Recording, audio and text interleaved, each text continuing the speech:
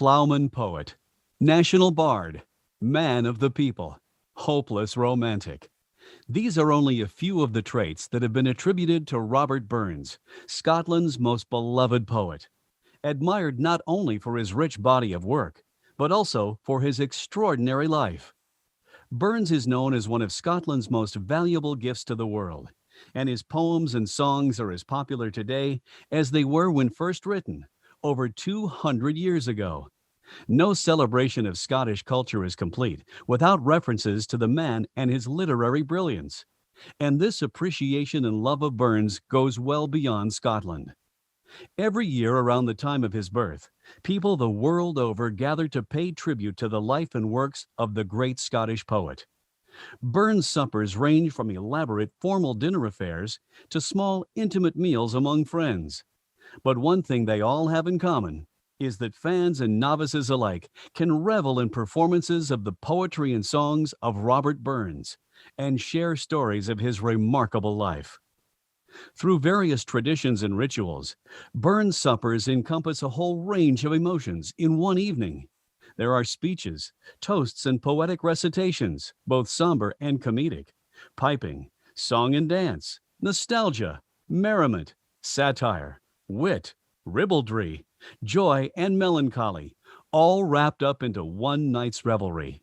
So let's begin our Burns celebration, paying tribute to Scotland's beloved poet and songsmith, Robert Burns, together with countless people across the globe. No doubt if he were alive today, Burns himself would be joining us to celebrate with a wee dram. Hello, my name is Doug Dean, and I'm the president of the board of directors of Claidheamh Soluis, the Celtic Arts Center of Southern California. The Celtic Arts Center is a member-supported and volunteer-run nonprofit cultural arts organization whose ongoing mission is to preserve and foster the performing and visual arts, music, languages, folklore, and traditions of all the Celtic nations, as well as that of their diaspora. I'd like to welcome you to the Celtic Arts Center's 20th anniversary Robert Burns celebration. Our tribute for 2021 will be a little different under these challenging circumstances we're all going through. We all wish we could gather together for the traditional night of food and drink, poetry and toasts, and music and dancing. Unfortunately, that can't happen. But we're not going to let that get us down and stop us from honoring the Bard of Scotland. So we created this special presentation where we'll celebrate the occasion with an informative look back at past Burns suppers, along with some new performances from our members and friends. We hope you have a drink nearby to toast with and invite you to sit back and enjoy as we celebrate the life and works of Scotland's greatest poet, Robert Burns. One of the most memorable and amusing moments of every Burns supper is the recitation of the address to the haggis. This Burns poem sings the praises of this simple traditional food that was born out of lacking and necessity and elevates it to an honored delicacy with ceremonial pomp and dutiful reverence. Here are the poems performed by Susancraigwinsburg, followed by a toast to the haggis.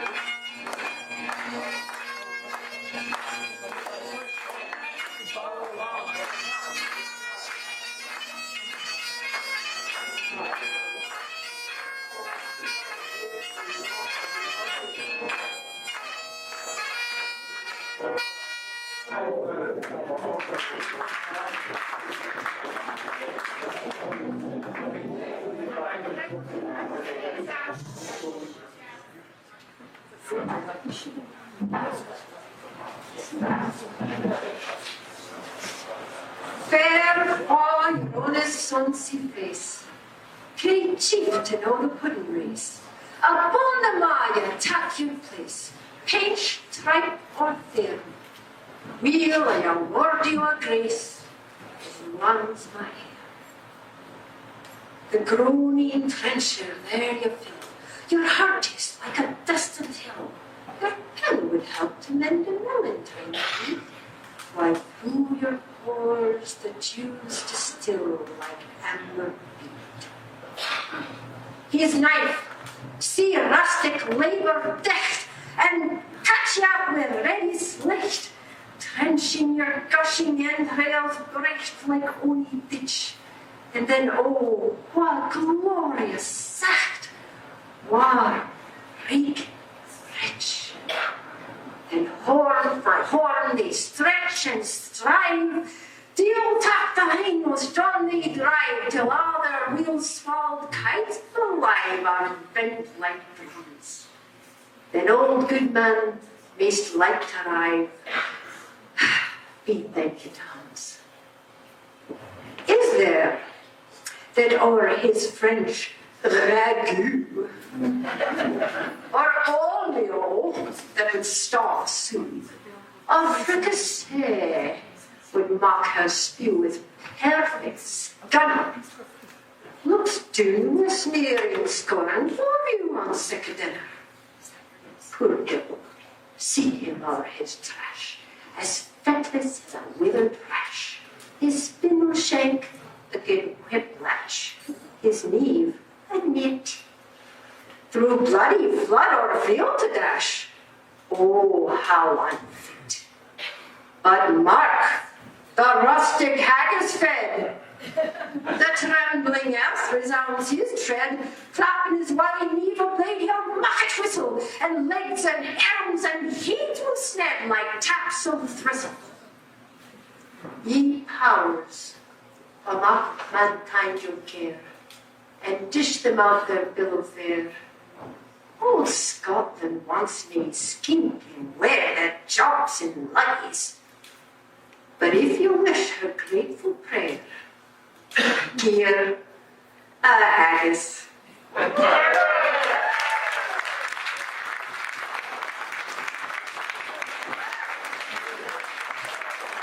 Ladies and gentlemen, to the haggis. And I would like to also make a toast to the piper.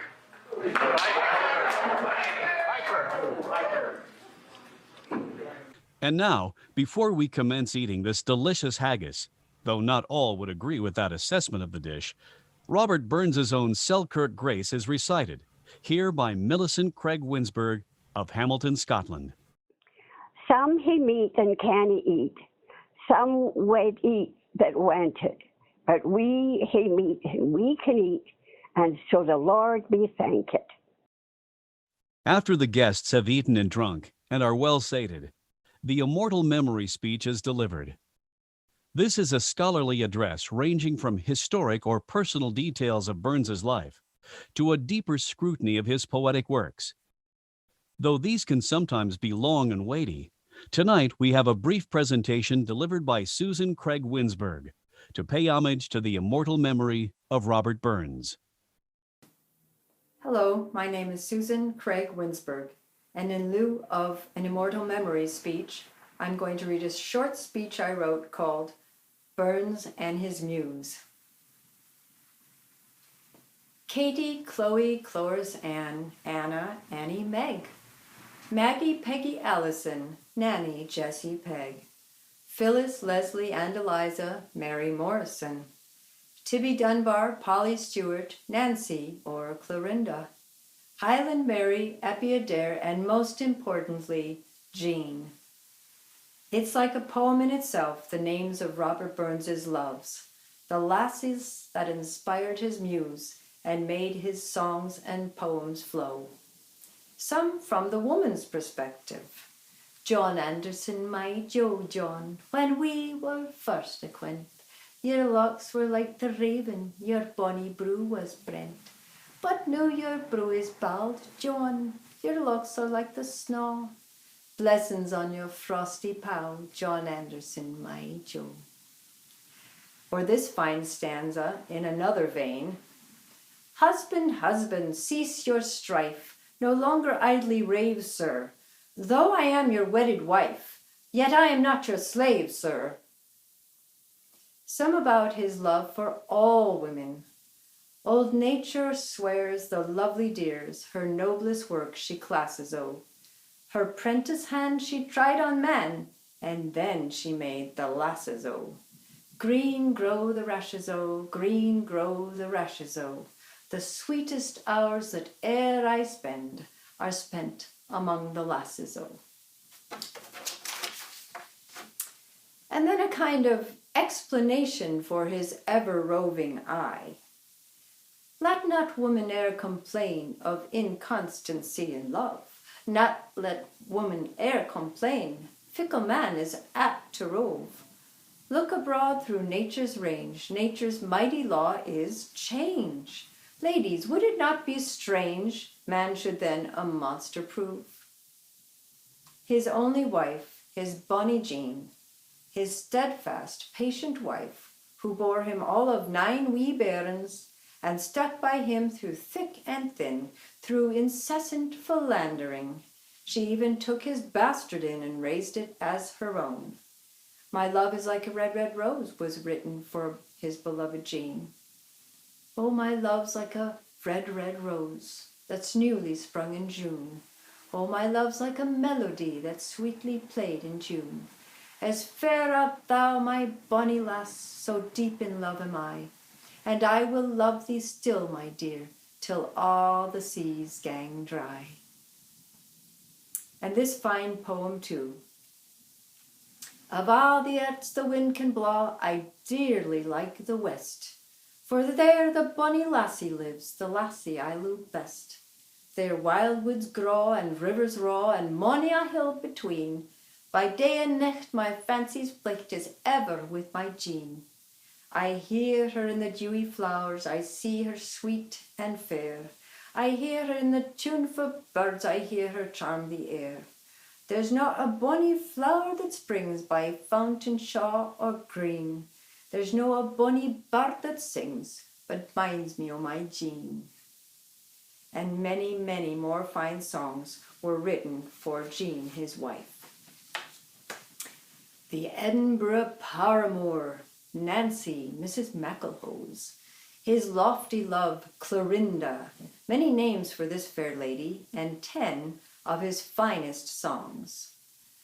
I'll ne'er blame my partial fancy, nothing could resist my Nancy, but to see her was to love her, love but her and love forever. Had we never loved say kindly, had we never loved say blindly, never met or never parted, we had ne'er been broken-hearted. Then Burns as her Sylvander, the secret names they used to court in many fervent poems and letters. Clorinda, mistress of my soul, the measured time is run. The wretch beneath the dreary pole so marks his latest sun. To what dark cave of frozen night shall poor Sylvander hie, deprived of thee, his life and light, the sun of all his joy? But most of all, most precious of all, the lass that truly moved his heart and broke it in twain in the end when dying prematurely, leaving Burns to mourn and weep and write the saddest, sweetest verses yet. Mary Campbell, or Highland Mary, the lass he never could forget. Flow gently, sweet Afton, among thy green braes. Flow gently, I'll sing thee a song in thy praise. My Mary's asleep by thy murmuring stream. Flow gently, sweet Afton, disturb not her dream. And after her death he wrote these lines. Oh, pale, pale now those rosy lips I aft hae kissed sae fondly, and closed for aye the sparkling glance that dwelt on me sae kindly, and mouldering now in silent dust, that heart that loved me dearly, but still within my bosom's core shall live my Highland Mary. And so the women of Burns's life, the many, many lasses o', inspiring him to the greatest heights of literary and poetic prowess. And another kind of prowess, too, we certainly can imagine. Perhaps Robbie loved the lasses a bit too much for propriety, but for that we can only be thankful, for what fine verses sprang from that obsession. As Robbie said it himself, There's naught but care on every hand, in every hour that passes o', what signifies the life o' man, and 'twere na for the lasses o'. Thank you very much. Of course, if this were a traditional supper celebrating the great man, it would now be time for a delectable dessert. As dessert is served, the toast to the lasses begins.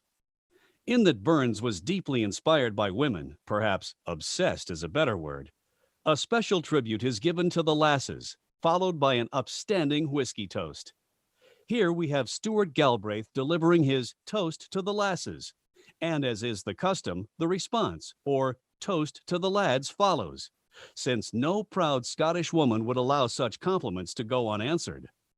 Trisha Gorman will favor us with the lasses' response. So a short while, a couple of days ago, Susan put the request to me, would I do the toast to the lasses? And I thought, oh, crikey. My track record with the members of the fairer sex is certainly not exemplary. As a matter of fact, anyone that knows me, as a friend would say that I am magnificently ill-equipped to give a toast or any sort of tribute to the lasses.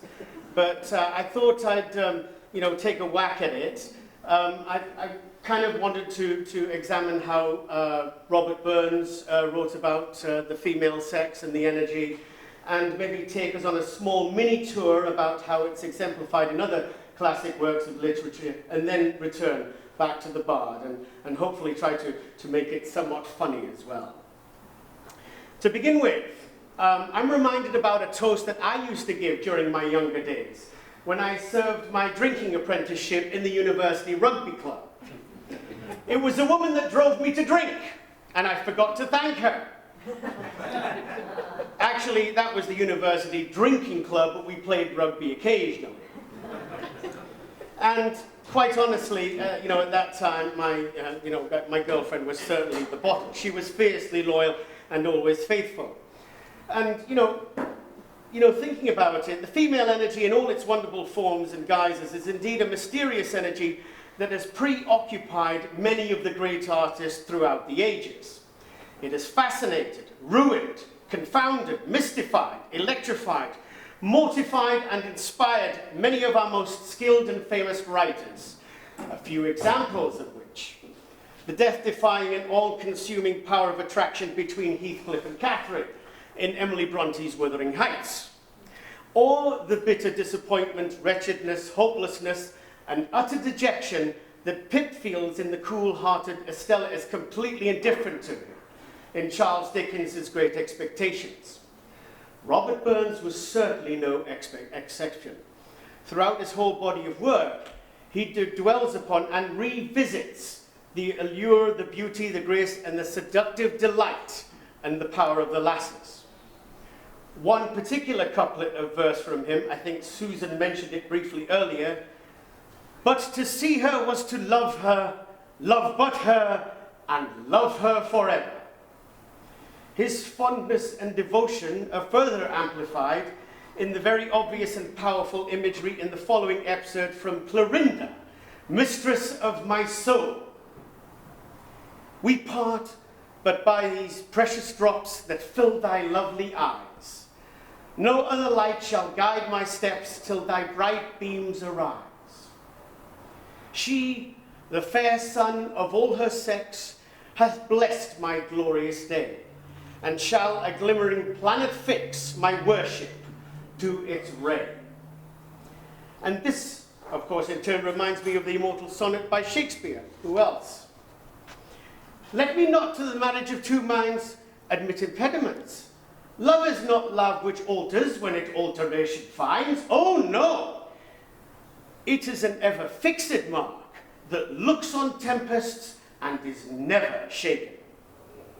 As we can see, the female energy has left its mark on the great timeless canon of literature.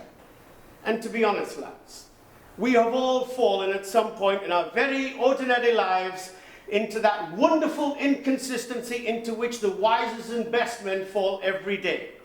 The unpredictability and absolute bewilderment of falling to the seductive and attractive power of a beautiful woman, leading to that graceful state and high that cannot be replicated or manufactured any other way. I'm reminded of one of Robert Burns' most well-known songs, Green Grow the Rashes O. His apprenticed hand he tried on man, and then he made the lassies O. You see, lads, we're just a work in progress.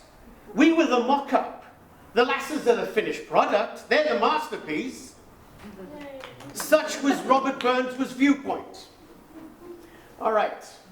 I think I've probably taken up enough of your time right now. So we should probably toast the lasses now. So please be upstanding, lads. And if you would oblige us by standing as well. Gentlemen, face the nearest female, please. And now, lads, join me as we give the toast to the lasses. To the lasses. Thank you very much indeed for your attention. Hi, my name is Trisha, and I've been learning Irish here at the Celtic Arts Center for many years. In honor of Robert Burns, though, I thought I would learn a little bit of Scots Gaelic. Hello, Kimarahahu. Hello, how are you? Thank you for the toast to us lassies, and now time for you men. I was raised Irish and only recently found out that I have a little Scottish in me as well. Not being raised around Scottish culture, I've had to do my own research, so I've been cuddling up with Robert Burns for inspiration.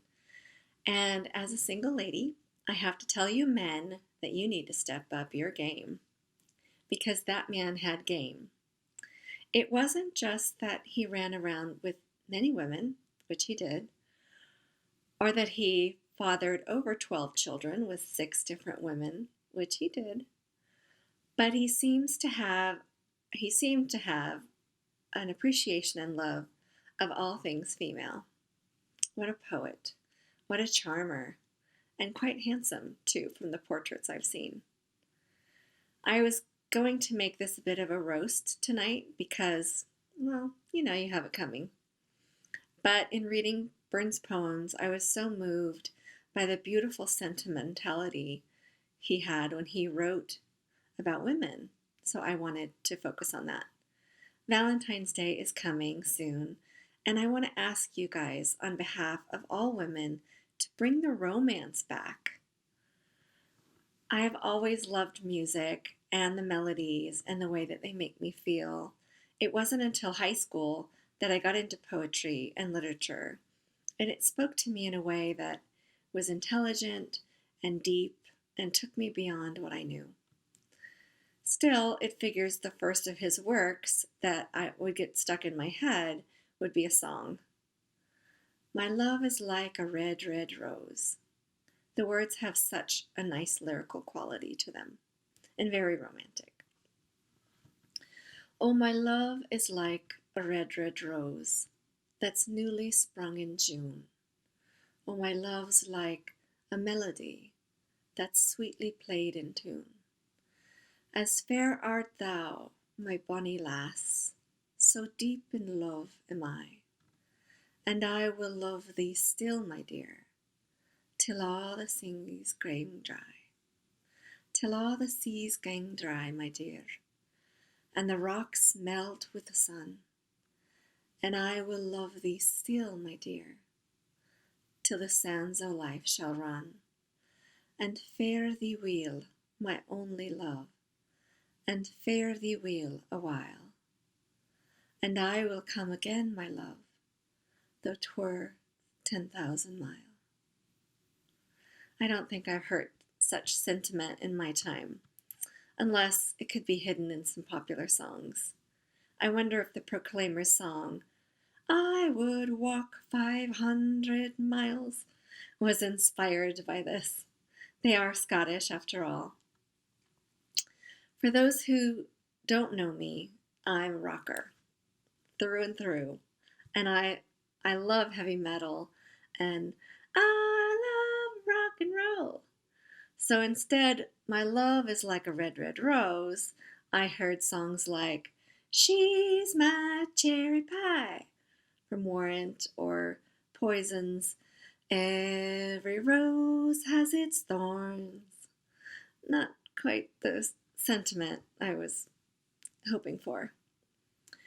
Burns did inspire one of my favorite bands, Iron Maiden, to write a song called The Number of the Beast. The band's lyricist, Steve Harris, stated that he grew up reading the Tam O'Shanter in school, and he wanted a song to have that same kind of twist at the end where you're not quite sure what's real and what's not real, and have that feeling of something chasing you through the forest. So the lyrics in the song say, "In the midst, dark figures move and twist. Well, was all this for real, or just some kind of hell?" And the Burns Tam O'Shanter reads, "Now wha this tale o' truth shall read, ilk man and mother's son take heed. Whene'er to drink you are inclined, or cuddy sarks run in your mind, think ye may by the joys o' dear, remember Tam O'Shanter's near." Cool, right? But back to the romance, and more importantly, men and women. Burns knew how to woo women. He proved that again and again and again. In thinking of him fathering over 12 children with 6 different women, and yet he was still loved and revered in life and after his death. I thought, was Burns really that charming? Was it that different of a time? I mean, if men were to carry on like that today, they would end up on Jerry Springer. I believe the difference is that he wrote about women with such love and spoke of them so highly. "For dear to me as light and life was my sweet Highland Mary." And if there were any doubts about his respect and admiration for women, "Green grow the rashes o', the sweetest hours that e'er I spent are spent among the lasses o'. For ye say ye sneer at this, you're not but senseless asses o'. The wisest man the world e'er saw, he dearly loved the lasses o'. All nature swears the lovely dears, her noblest work she classes o'. Her prentice hand she tried on man, and then she made the lasses o'." Yes, men, she. He's referring to goddess and nature as she. There is a respect and cherishing that comes through his words that seem to be missing these days. So bring it back, guys. Bring it back. For as baffling as you find us, we too find you men confusing, fickle, infuriating, frustrating, overbearing, and yes, brilliant, brave, and charming, funny, comforting at times, generous, helpful, strong, and thankfully persistent. We love you, and we cannot imagine our lives without you. What a luscious lot, right, ladies? Raise your glasses and toast to the lads.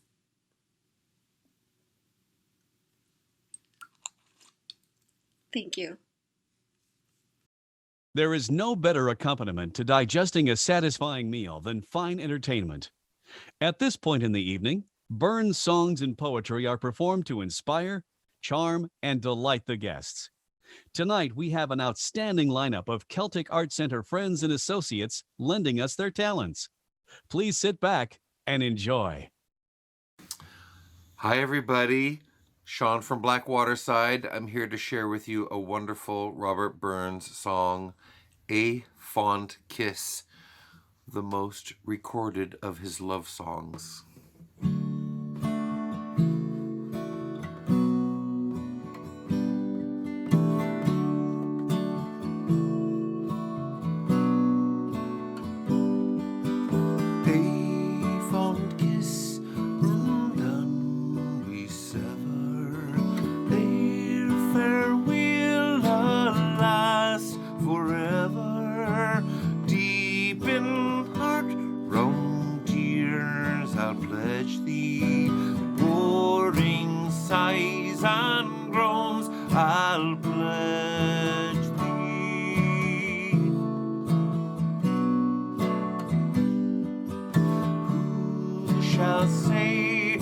when fortune grieves him, while the star of hope she leaves him, being a cheerful twinkle lights me, dark despair around benights me. I'll ne'er blame my partial fancy, nothing could resist my Nancy, but to see her was to love her, love but her, and love forever.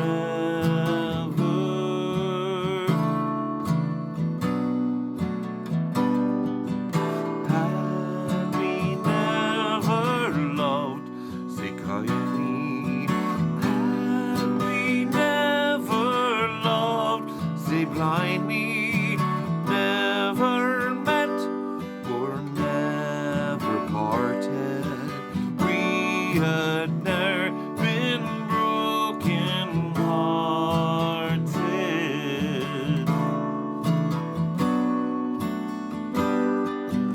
Fare thee weel, thou first and fairest, fare thee weel, thou best and dearest, thine be ilka joy and treasure, peace and enjoyment, love and pleasure.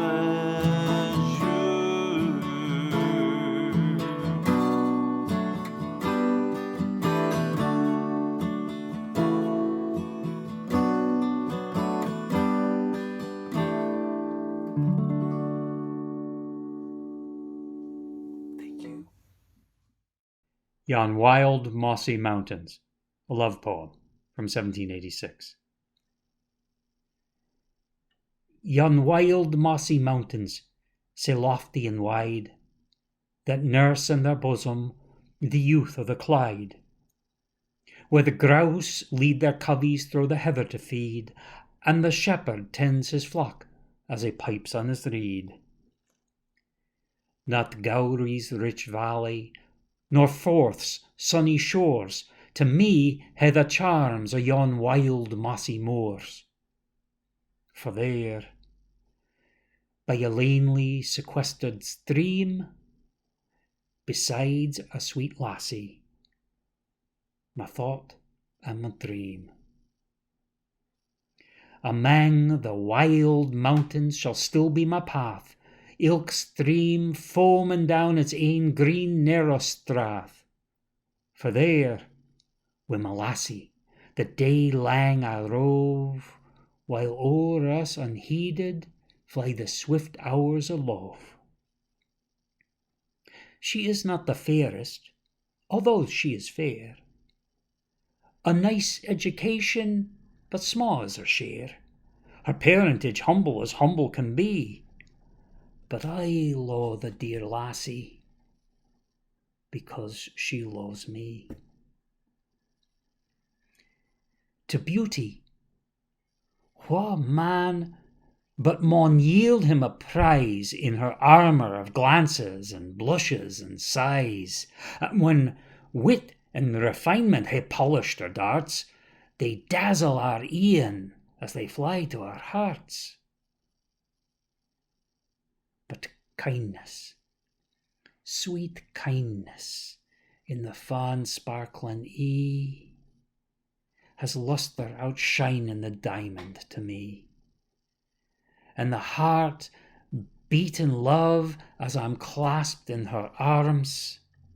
Oh, these are my lassie's all-conquering charms. Good evening, everybody. My name is Christina Birch, and I'm delighted to be with you again to celebrate Robert Burns. I am going to sing you a medley of 3 short songs. Up with the Carls of Dysart, and the lads of Buckhaven, and the Kimmers of Largo, and the lasses of Leven. Hey, call through, for we hey muckle ado. Hey, call through, for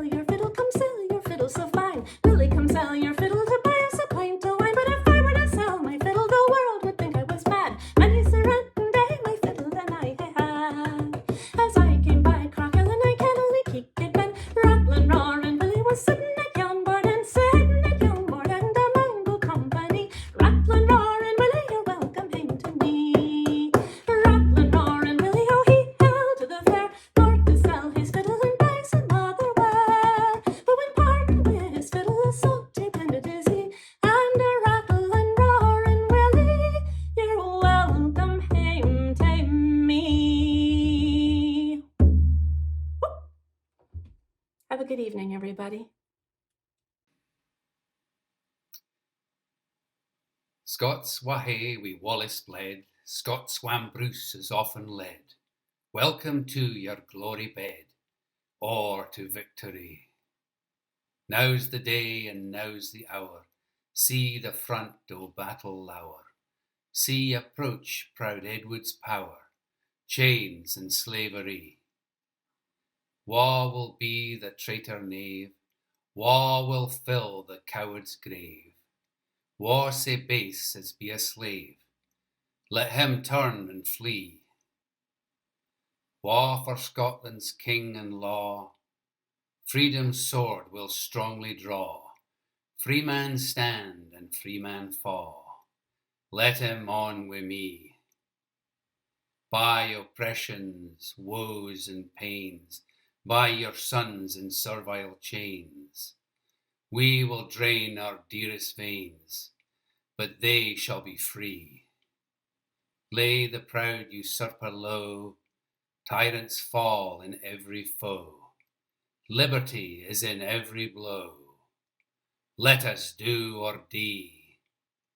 Scots wha hae wi Wallace bled, Scots whan Bruce has often led. Welcome to your glory bed, or to victory. Hello, my name is Susancraigwinsburg, and I'd like to play a medley of Burns melodies for you.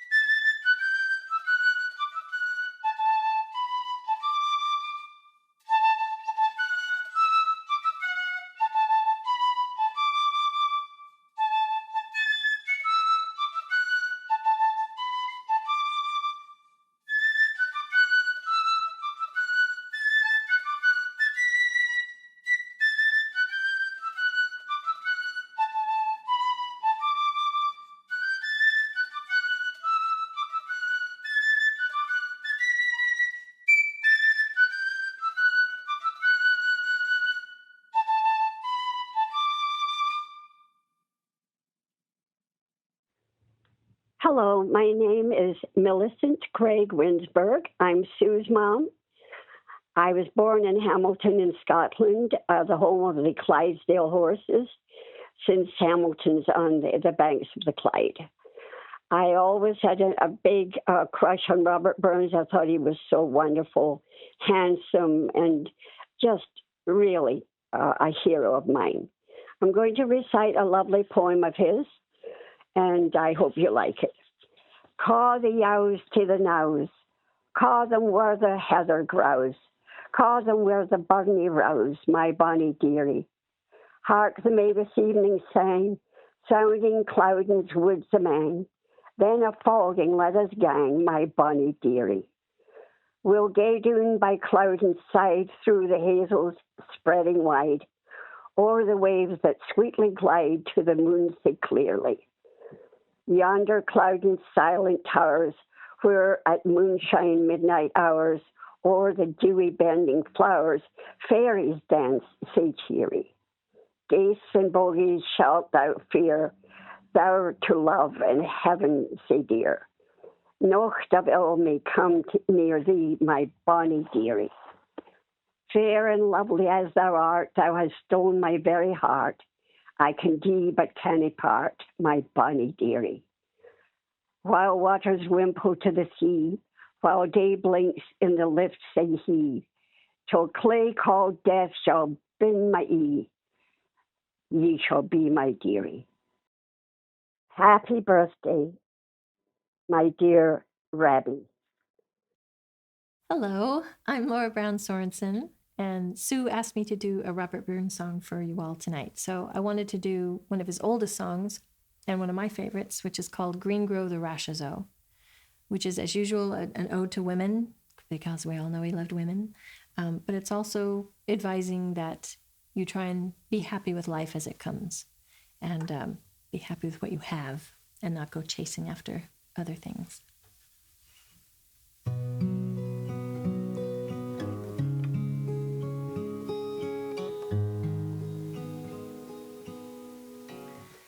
There's naught but care in every hand, and every hour that passes, oh, that signifies the life, oh man, if it were not for the lasses, oh.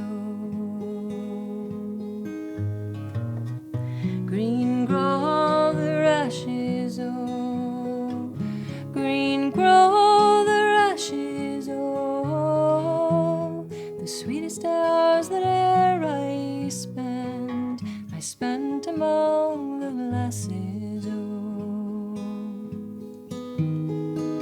The worldly race may riches chase, and riches still may fly them all, and when at last they catch them fast, their hearts can ne'er enjoy them all. Green grow the rashes, oh, green grow the rashes, oh, the sweetest hours that e'er I spent were spent among the lasses, oh. Give me a canny hour routine, my arms about my deity, oh, and worldly cares and worldly men may go a tap salty, oh. Green grow the rashes, oh, green grow the rashes, oh, the sweetest hours that e'er I spent were spent among the lasses, oh. Old nature swears the lovely dears, her noblest work she classes, oh, her prentice hand she tried on man, and then she made the lasses, oh. Green grow the rashes, oh, green grow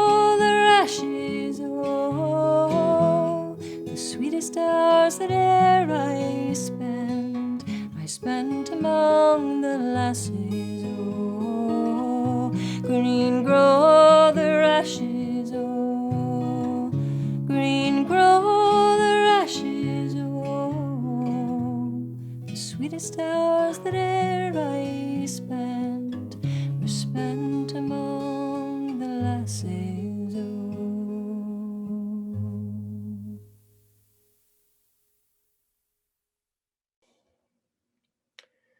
And now we've reached that moment in our program where we would normally all move out onto the dance floor to crown the evening with some lively Scottish country dancing.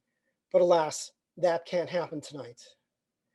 We do hope to be together next year in person, so we can all dance and eat, drink and laugh, and celebrate this universal poet together. But for now, we thank you for joining us remotely and hope that you've enjoyed our presentation in honor of Scotland's famous bard, Robert Burns. As is tradition, we will wrap up the evening with what is certainly Robert Burns's most famous and oft-sung song, Auld Lang Syne.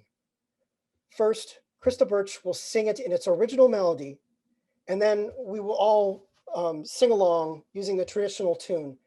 Feel free to join in at that time. Take us away, Krista. Well, hasn't this been a beautiful evening, full of songs and poems and good cheer and good friends? And is always the tradition at the end of a Burns evening, we are going to sing what is possibly his most famous song, sung the world around by millions on New Year's Eve who don't even know that it was written by him. But we do know that it was his. What you might not know, though, is that the song, the tune that we all sing it to, wasn't actually attached to the song until the late 1790s, after Burns had died. It first appears in a collection of songs in 1799.